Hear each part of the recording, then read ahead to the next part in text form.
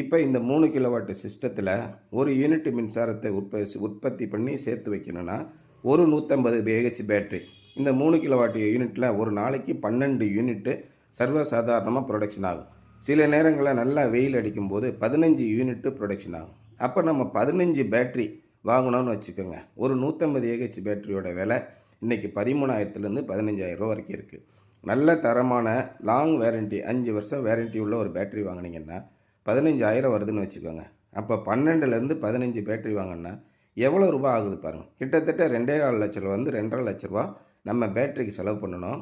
ஒரு 4 இல்லைனா 5 வருஷத்தில் பேட்டரியை நீங்கள் மாற்றி ஆகும். மறுபடியும் நீங்கள் ஒரு 2,5 லட்ச ரூபா செலவு பண்ண வேண்டி வரும். ஆனால் இந்த ஆன் கிரிட் சிஸ்டம் போடும்போது ஒரு 2,10,000 2,15,000 முடிஞ்சு போயிடும். One time investment. அதுக்கப்புறம் 25 வருஷத்துக்கு கண்டிப்பாக உங்களுக்கு சோலார் பேனல்லேருந்து ப்ரொடக்ஷன் வந்துக்கிட்டே இருக்கும். இன்வெர்ட்டர் வாரண்ட்டி 8லேருந்து 10 வருஷம் நமக்கு கிடைக்குது. அப்போது குறைஞ்சபட்சம் 10 வருஷத்துக்காவது எந்த பிரச்சனையும் இல்லாமல் மறுபடியும் பேட்டரி மாற்றணும் அப்படிங்கிற அவசியமே இல்லாமல் நமக்கு உற்பத்தி ஆகுது. ஒரு மாதத்துக்கு 300 நெட்வொர்க் சார்ஜின்னு வச்சுக்கிட்டா கூட ஒரு வருஷத்துக்கு 3,600 வருது. 10 வருஷத்துக்கே 36,000 தான் நம்ம நெட்வொர்க் சார்ஜ் கட்ட போகிறோம்.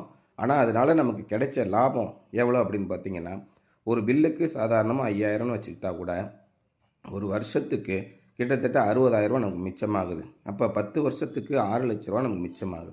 6 லட்ச ரூபா மிச்சப்படுத்தி 36,000 தான் செலவு பண்ணியிருக்கோம் அப்படின்னா நிச்சயமாகவே இது நல்ல ஒரு முதலீடாக தான் இருக்கும். அதனால் பேட்டரி சிஸ்டத்துக்கு போகிறதுக்கு பதிலாக ஆஃப் கிரிட் சிஸ்டத்துக்கு போகிறதுக்கு பதிலாக ஆன் கிரிட் சிஸ்டம் போட்டு இது மாதிரி எக்ஸ்போர்ட்டு இம்போர்ட்டு நெட் மீட்டர் பொருத்தி அந்த மாதிரி உங்கள் வீட்டில் இருக்க அத்தனையும் நீங்கள் பயன்படுத்துகிறது தான் ஒரு நல்ல ஐடியாவாக இருக்கும். அதனால் நிறைய பேருக்கு இந்த வித்தியாசமே தெரியாமல் இருக்குது. அதுக்காக தான் இதெல்லாம் சொல்கிறேன்.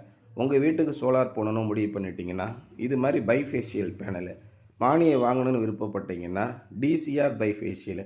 மானியமே வேணாம் சார், ரெண்டுக்கு வித்தியாசம் ஒரு 20,000 25,000 தானே, நான் இன்டர்நேஷ்னல் குவாலிட்டியிலே போய்க்கிறேன் அப்படின்னீங்கன்னா நான் டிசிஆர் பேனல், டிசிஆர் அல்லாத உள்நாட்டிலே தயாரித்த பொருளை வைத்து தயாரிக்காத சர்வதேச அளவில் தரக்கூடிய தரத்தில் எனக்கு போட்டு கொடுங்க அப்படின்னு விருப்பப்பட்டீங்கன்னா அப்படி போங்க. ரெண்டுமே நம்ம பண்ணி கொடுக்குறோம்.